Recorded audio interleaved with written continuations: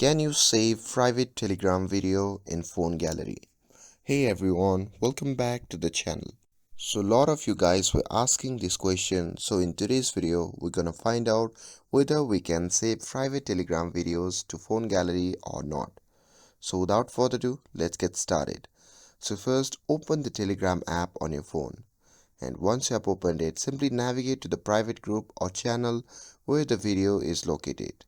Now here at the top right you'll see options like unmute, search, report and leave group.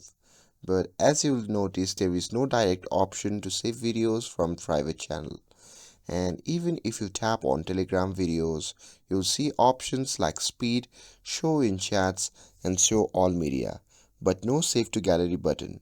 And to save a video, you may need to use Telegram built-in download feature for public videos, or try forwarding the videos to saved messages before manually saving it from there.